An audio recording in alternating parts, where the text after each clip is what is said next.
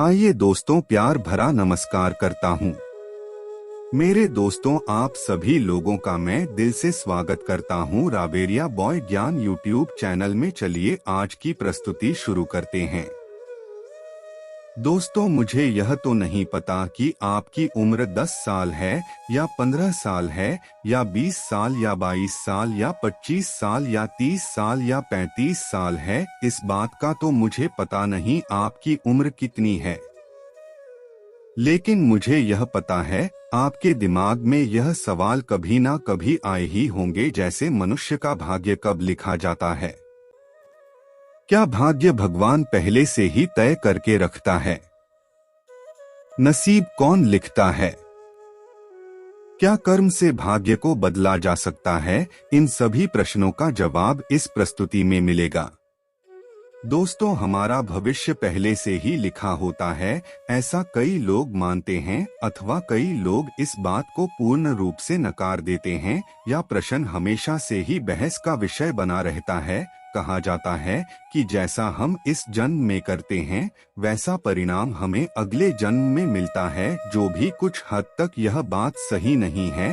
दोस्तों, कृष्ण कथा में हम देखते हैं कि आकाशवाणी हुई थी कि देवकी का 8वां पुत्र कंस का वध करेगा, लेकिन कंस ने यह बात सुनकर कहा कि वह मेरा अंत तो तब करेगा जब मैं उसको उत्पन्न होने दूंगा। इस सोच के साथ जब भी देखी कि कोई बच्चा जन्म लेता तो कल सुबह आकर उसके जन्म से कुछ घंटों के भीतर ही मौत की नींद सुला देता था, लेकिन जब देवकी के 8वें पुत्र की बारी आई तो विधि विधान के साथ जन्म भी लिया और बाद में कंस का वध भी किया। ऐसा इसलिए हुआ क्योंकि कंस की मृत्यु की भविष्यवाणी हो चुकी थी, साथ ही कंस के जन्म से ही लिख दिया गया था कि उसकी मृत्यु कैसे होगी और किसके हाथों होगी। यही नहीं दोस्तों, इस संसार में जो भी मनुष्य जन्म लेता है उसके बारे में भविष्य पहले से ही लिख दिया जाता है। मनुष्य का जन्म कैसे होगा, कौन सी जगह होगा और उसके जीवन में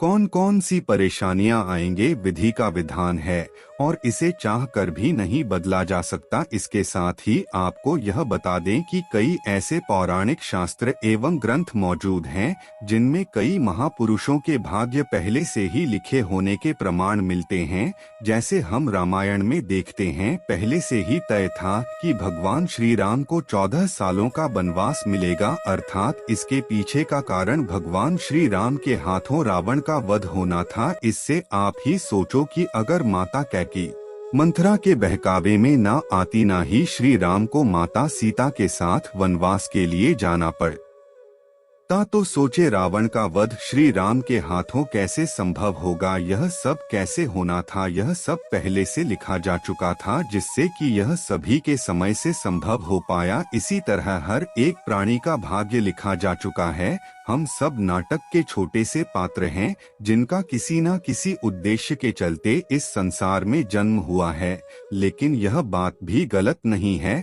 आपकी किस्मत आपके कर्म पर आधारित है। वह कहावत तो आपने सुनी ही होगी कि जैसा दोगे वैसा पाओगे। अगर आप अच्छे और पुण्य के काम करते हैं तो आपके साथ सदैव अच्छा ही होगा, लेकिन अगर आपने जीवन में हमेशा बुरे काम किए हैं, ज्यादातर संभावना है कि आपको उसका दुष्प्रभाव इसी जन्म में देखने को मिल जाएगा। अर्थात आपने अगर बबूल रुपए बुरे कर्म किए हैं तो आपको आम के फल कैसे मिल जाएंगे। इसलिए हमारे शास्त्रों में हमेशा धर्म और पुण्य के कर्म करने की प्रेरणा दी गई है, क्योंकि यही वह रास्ता है जो हमें इस जन्म मरण के चक्कर से बाहर निकाल सकता है। वरना बुरे कर्म करने वालों को तो भगवान के चरणों में भी स्थान नहीं मिलता। यही नहीं दोस्तों, तुलसीदास जी ने भी इस बात को स्पष्ट रूप से एक चौपाई में कहा है कि कर्म ही प्रधान है, यानी कि जैसा मनुष्य कार्य करेगा वैसा उसे फल मिल जाएगा। इसी के साथ एक यह बात सामने आती है कि पांडु पुत्र अर्जुन के हाथों कर्ण का वध हुआ था। अर्जुन ने कहा कि माधव, मेरे हाथ कांप रहे थे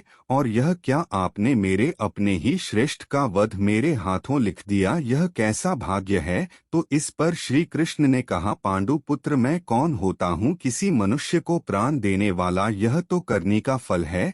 जिस तरह उसने जीवन जीवन में कर्म किए उसे उसके फलस्वरूप परिणाम मिल गया, और हाँ, जीवन में किस स्तर पर फूल मिलेंगे या कांटे यह मनुष्य खुद कर्मों के द्वारा तय करता है। श्री कृष्ण ने कहा, तुमने अधर्म के विरोध में स्वर उठाया और धर्म का रास्ता चुना, जबकि करने अधर्म का रास्ता, तो ऐसे में मैं क्या कर सकता था। लेकिन फिर भी मैंने उन्हें कई विकल्प दिए, परंतु उसने हर बार दुर्योधन और उसकी मित्रता को आवश्यक समझा। भागवत गीता के किस अध्याय में हमें यह सीखने को मिलता है? हमें भगवान कुछ अवसर जरूर देता है जिससे कि हम अपने किए गए बुरे कर्मों का पश्चाताप करके सही राह पर आ सकते हैं। अंत में यही कहना चाहूंगा कि अवश्य ही हमारा भविष्य लिखा जा चुका है, लेकिन कर्मों के आधार पर ही हमें फल मिलता है।